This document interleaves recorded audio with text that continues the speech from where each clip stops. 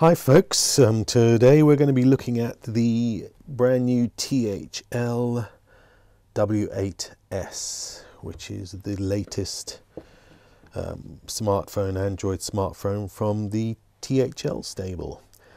This is an upgrade in quite a few ways, although they may be quite subtle. In basic features, it's not that different to, say, the W200, which we featured a while ago, which I really love as a phone. It's a great phone, this product. So it runs Android 4.2.1. It has a quad-core 1.5 gigahertz processor. Now the major changes over the W200 is the fact that it has 2 gigabytes of RAM, 32 gigs of storage on board, and a stonking great 1920 by 1080 441 ppi screen, which basically means it's incredibly high resolution. So let's have a look at the box. What's in the box? You get a screen guard and a quick start guide,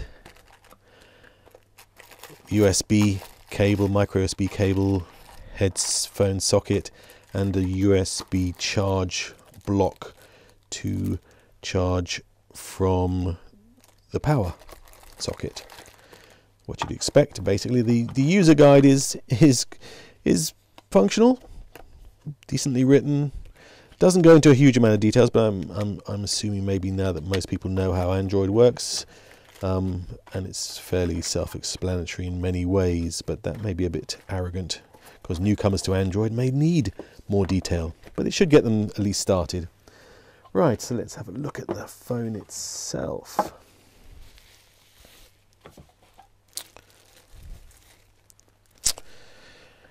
Right, the first thing you notice is it's very similar to the Galaxy, the Samsung Galaxy S4 design.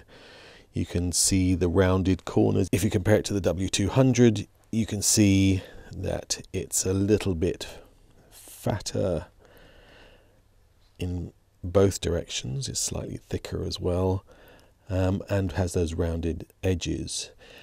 The main thing that hit me when I took this out of the box the first time is it's a really solid phone. And as I've been tracking THL over the past year or so, it seems that each iteration of their handsets becomes more of a professional, solid, robust handset. And that's translated also into the components. You can tell that they're using nicer, more professional components around the edge. And this is Gorilla Glass. I think the first of this THL level of phone to run Gorilla Glass. It also features a 13 megapixel camera, where the W200 has only an 8 megapixel camera.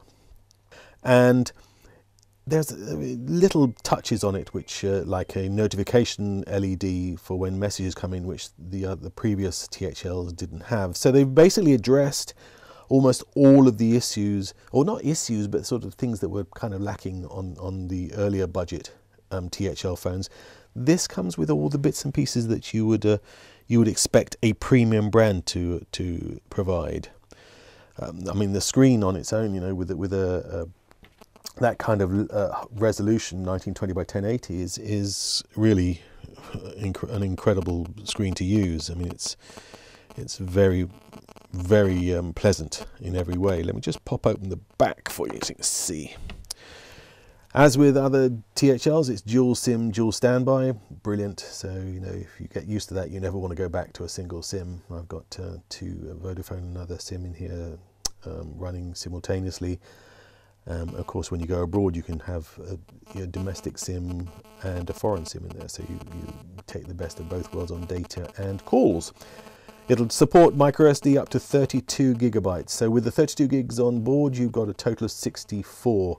Whereas the W200 only had 8 gigabytes on board, so you only went up to a maximum of 40 gigabytes. That is a stonking great 2000 milliamp hour battery. Again, the biggest we've seen on this class of phone from THL. The W200 runs with an 1800.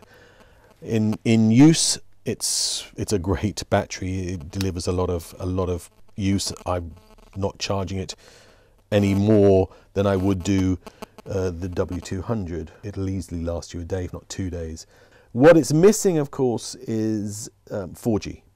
So there's no LTE on this as yet, but this is a function of the chipset. Of course, one assumes that as soon as MediaTek or the Chinese market has a demand for 4G, we'll get 4G as default. And to be honest, it's kind of patchy. Even in major cities around the world, the 4G is still a technology in rollout. It has the full setup of sensors, so proximity sensor, accelerometer, magnetic field, gyroscope, and the light sensor. You can probably just see them at the top, some of them at the top there for the proximity and stuff. That's the front camera, which is 5 megapixels. If we take a look at the specs on what it's running. So as you can see here, 2 gigabytes of RAM, 1.5 processor, 4.2.1 Android. The interesting thing about THL is when we started covering them, there was no real knowledge of them out in the marketplace. So there was very little support in the way of cases and accessories, and also firmware even. Now THL is a known brand, and maybe we had partly something to do with that because we really like the quality of the product. And so you can get ROMs and it can be routed, and if you look around in various places, you can actually customize it quite considerably down to the operating system level. Okay, and here we are with the comparison between the W8s and the Samsung S4. As you can see, the Samsung S4 is quite a bit thinner. It's definitely lighter, as you'd expect. Same size screen, and you can tell from the screen brightness there's quite a similarity between the two. Obviously the THL guys have decided to follow on from the Samsung styling. On the back with the Samsung it's a lot simpler. On the THL it's more clunky, and both have this large home button at the bottom there. Inside the phones, you see the dual SIM in the THL compared to the single SIM on the S4, and the larger battery on the THL, the 2000 milliamp hour battery. Let's take a look at the browsing functionality of the phone. We're on Wi-Fi here, so if I push in something like that, and we can see it's quick. The combination of the 1.5 gigahertz processor, quad-core processor, and the 2 gigabytes of RAM help to make this a very, this is just using the internal browser as well, help to make this a very fast web browsing handset.